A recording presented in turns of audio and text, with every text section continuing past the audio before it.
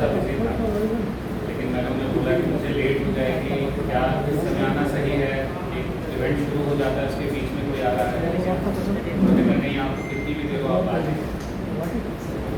Thank you for having me. और आपने अपने बीच कार्यक्रम के बीच में मंच पे जितने लोग को जानता नहीं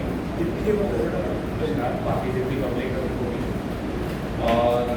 मेरे लिए उड़ीसा में शायद 6 महीने से ऊपर हो चुके हैं यहाँ आए हुए। और क्योंकि हम गंगाधर मेनन जी के ऊपर बातें कर रहे हैं और उनकी डेथ एनिवर्सरी के उपलक्ष्य में ये कार्यक्रम है, तो एक ऑब्जर्वेशन मेरी है, ये पूजा पक्ष भी मना रही है सरकार, उसके इधर भी, क्योंकि मैं जैसे 6 साल असम में भी रहा हूँ, उसके अलावा मैं यूपी का रहने वाला हूँ, दिल्ली में रहा हूँ, लेकिन मेरी एक ऑब्जर्वेशन ये है यहाँ 6 महीने रहने के बाद कि इसमें कहीं तो राय नहीं है कि पूजा culture, literature, language, food, cuisine, आपके कपड़े पहनने का तरीका सब बहुत यूनिक है, बहुत रिच है, बहुत अच्छा है।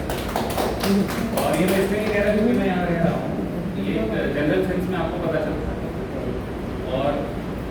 क्योंकि मैं जैसे यूपी से हूँ तो हमारे खाने पीने का तरीका भी यहाँ से बहुत ज़्यादा डिफरेंट नहीं है, जैसे हम लोग साउथ इंडिया में जाकर तो थोड़ी बहुत समस्या आती है, लेकिन यहाँ तो वो भी कोई समस्या नहीं है, आप ऑलमोस्ट ब्लेंड कर जाते हैं कल्चर के साथ भी, कुजीन के साथ भी, लोगों के साथ भी। लोग भी इतने मिलनसार हैं और मुझे तो नहीं फील होने देते हैं कि मैं किसी बाहरी स्टेट से हूँ। और क्योंकि मैं असम में रहा था 6 साल और मैं बाय ट्रेनिंग डॉक्टर हूँ, मैंने MBBS किया था गुवाहाटी मेडिकल कॉलेज से, then I clear civil services और मैं इंडियन इंफॉर्मेशन सर्विस ऑफिसर हूँ 18 बैच, UPSC 2017 18 बैच ऑफिसर। इसलिए मुझे क्योंकि SP is little bit close to Odia, तो मुझे थोड़ी उड़िया समझ में आती है। माइक दे दियो लोग माइक तो कोई नहीं सुबह किसी ये बात ही जा रही है सुबह तो शाम तक भी सुबह बात ने कॉल किया था और मैं आपको सही बताऊँ, मतलब एक होता है ना आदमी अंदर से मेंटली प्रिपेयर होता है, मुझे लग रहा था मैं नहीं जा पाऊँगा क्योंकि जो टाइमिंग थी उस टाइम पे 7 बजे हमारा बुलेटिन है, we are very much short staff. और अभी मैं उड़िया में न्यूज़ भी करने लगा हूँ, उड़िया में ट्वीट भी करता हूँ मैं with the help of technology, और कुछ मेरे मैं वेरीफाई करवा लेता हूँ जिनको भी आता है, क्योंकि तो मुझे ऐसा लग रहा था 7 बजे हमारा प्राइम बुलेटिन है और आज न्यूज़ को भी करने को तो मैं नहीं जा पाऊँगा, मेंटली मैं प्रिपेयर नहीं था, लेकिन आया मुझे दे दो तो मैं मेंटली उतना प्रिपेयर नहीं था सुबह से आने के लिए, लेकिन आया और मुझे काफ़ी अच्छा लगा कि एक सोसाइटी इतनी लिटरेरी सेंस में इतनी रिच है कि एक कवि के ऊपर इनका काफ़ी कॉन्ट्रीब्यूशन है, जो कि मैंने अभी रिसेंटली ही पढ़ा,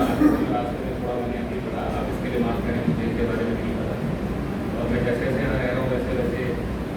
उड़ीसा के कल्चर और यहाँ के जो महापुरुष उनके बारे में पढ़ रहा हूँ, जैसे उनके बारे में पता चल गया। तो मतलब एक सोसाइटी के अंदर लोग रात में 8:30 बजे बैठ के एक कवि के बारे में डिस्कस कर रहे हैं, उनके बारे में बता रहे हैं, अपनी कविताएं बता रहे हैं, तो ये एक सोसाइटी कितनी थ्राइविंग है लिटरेरी सेंस में, ये इसका एग्जाम्पल। और एज एन आउटसाइडर इसलिए बोल रहा हूँ कि चलिए मैं बाहर से आऊँ, शायद 3-4 साल बाद मेरी दोबारा पोस्टिंग यहाँ से बाहर हो जाए, लेकिन आदमी ये सब मेमोरीज लेके जाता है कि मैं रात में 8:30 बजे पहुँचा, वहाँ पे लोग डिस्कस कर रहे हैं। तो मेरे लिए भी उड़ीसा में अभी मैं पब्लिक इवेंट्स में बहुत कमी गया हूँ, ये मेरा शायद दूसरा तीसरा काफ़ी अच्छा एक्सपीरियंस है और थैंक यू सो मच।